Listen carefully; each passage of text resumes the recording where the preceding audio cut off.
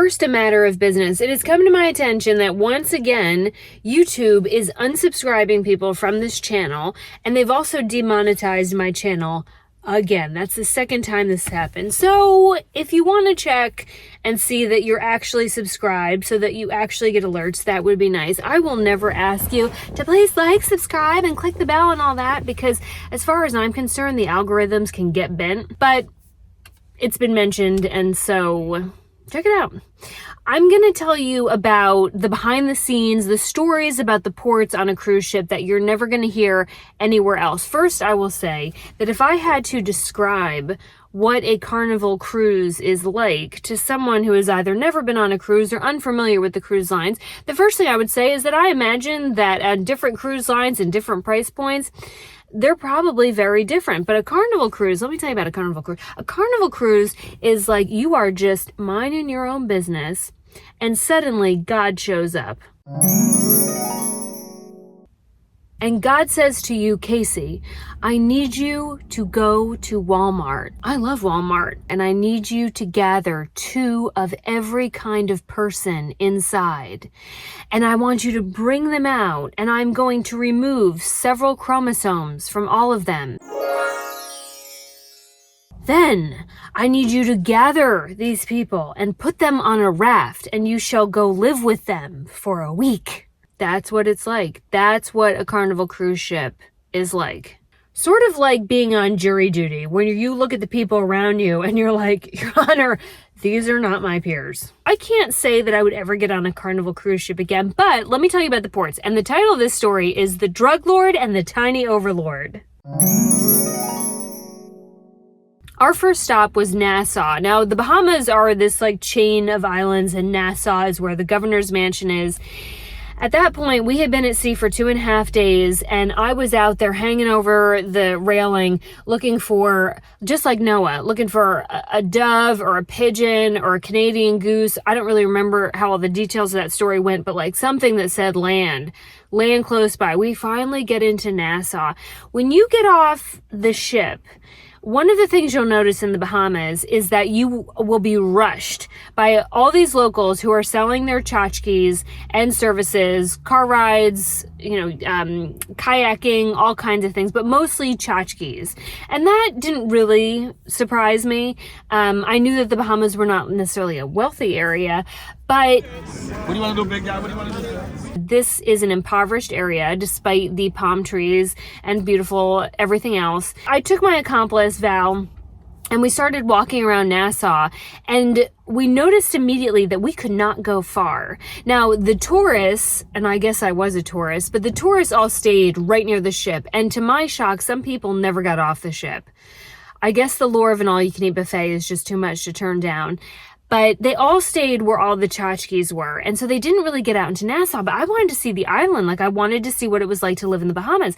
We did not get far at all. And suddenly some of the locals were stopping us and saying, you two do not need to go any further. And they referred to it as the ghetto, but it was like right in the periphery of the tourist area. And that was really surprising, because every downtown has a surrounding area that's not too wonderful, but this was like really not that far. So we couldn't walk that far. They also said they had a big problem with some tourists. I guess that's how they do their drug trade, is they get off the cruise ships and then they walk into the ghettos and they buy up their dope and then try to get it back on the boat. So when you get back on the boat, it's security, there's the x-ray walkthrough, they check your bags and everything. Because why get a decent job when you can just hustle dope for a living? So the ghettos were a type of poverty that made a low-income American neighborhood look upscale. I mean, it was pretty rough. I also noticed that a lot of the shops in the downtown area of Nassau were empty, and that really surprised me, because the people of Walmart are getting off in thousands every single day from all different ships. And like, how is that possible? Well, 2 things, according to the locals. 1, the COVID lockdowns in America obliterated their economy. And 2, government corruption. Isn't that just shocking? It's not just us. It is not just us.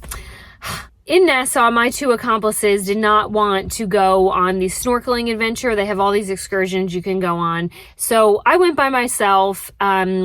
I have mixed reviews about the excursions. In some cases, they are very lovely when they keep it small, and in other cases, it's just another booze cruise, and all the Americans get obliterated and treat the staff terribly, and it's actually quite embarrassing because these people, every single penny is so important to them, and to earn it, they have to deal with these fluffy, belligerent Americans and me.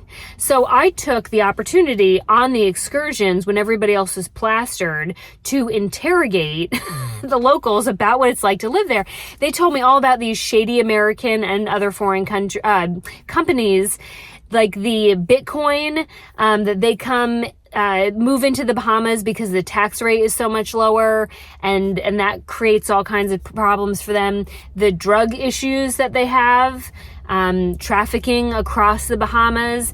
And then they took me to Oprah's house and Oprah and all these wealthy celebrities have these big mansions in Nassau, but right around the corner are these ghettos. And that oh gosh, I'm a capitalist at heart, but that's really tough to see. So from there, we went to Princess Cay, and Princess Cay is an island where Carnival actually owns this big swath of the beach, and it is beautiful. I mean, it is everything you've seen out of a magazine, and everybody who wants to get off the boat can get off and relax and be in the sun and the water, and it's lovely. We did do a snorkeling adventure in Princess Cay, and that was wonderful. And it's just, like, to see the water that clean is amazing. It's just amazing. And it's amazing to be down there in the reefs and know that those reefs are working 24 hours a day to clean all the garbage that we throw into the water up, where the rest of us live, and to purify it, make it that blue, and just lovely. So we did that. And then on the third day, and here's where it gets really interesting, we were in Freeport. Now at this point, I have to be off the boat. I need to be off. I'm all dizzy from, the woozing of the boat, and I just needed to not be around people. So Patreon Deb and Val, they wanted to go shopping. Well, I hate shopping, so I didn't do that. So they put me in a car with a local, Stino, and they told Stino that I'd like taking pictures, and so I'd like to take some pictures of some architecture. Well, the door shut, and I leaned over and I said, Stino, show me what it's like to live here. Like, I want to see the real legit, I want to know what it's like to live here. So Stino took me to the orphanages. So I got to see where the abandoned children live. We do not have an orphanage system in America anymore. I'm not quite sure why, but in the Bahamas, they have a very extensive system. So he took me to the orphanage. He took me to the police department, so I got to see their cadets training, and that was pretty cool.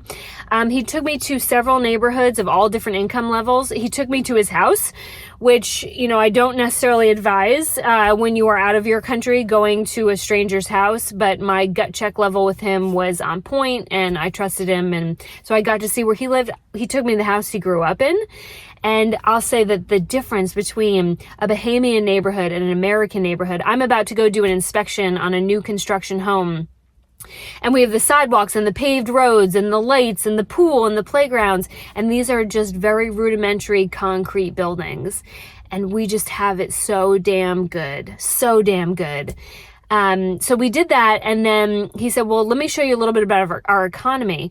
And so we started to drive to abandoned hotels, abandoned buildings, my favorite thing, and then this huge abandoned marketplace. And when we pulled up initially, I was like, how does this guy know that I'm into urban exploration? Well, he didn't, but it is the story of their economy.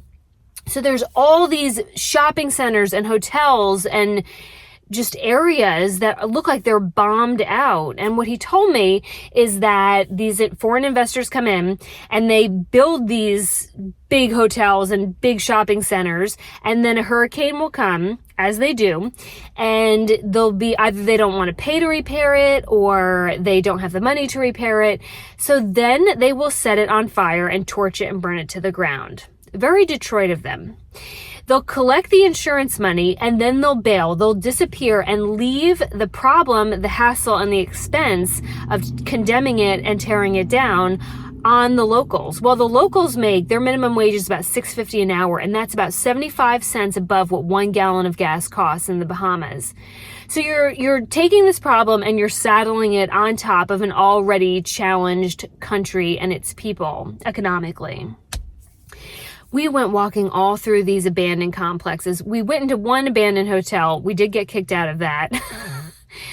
And so we saw some beaches too, but as we're driving and Stino is asking me all these questions about America and our politics and like the social trends, it was the most intelligent conversation I have had about America, and I'm having it with a Bahamian.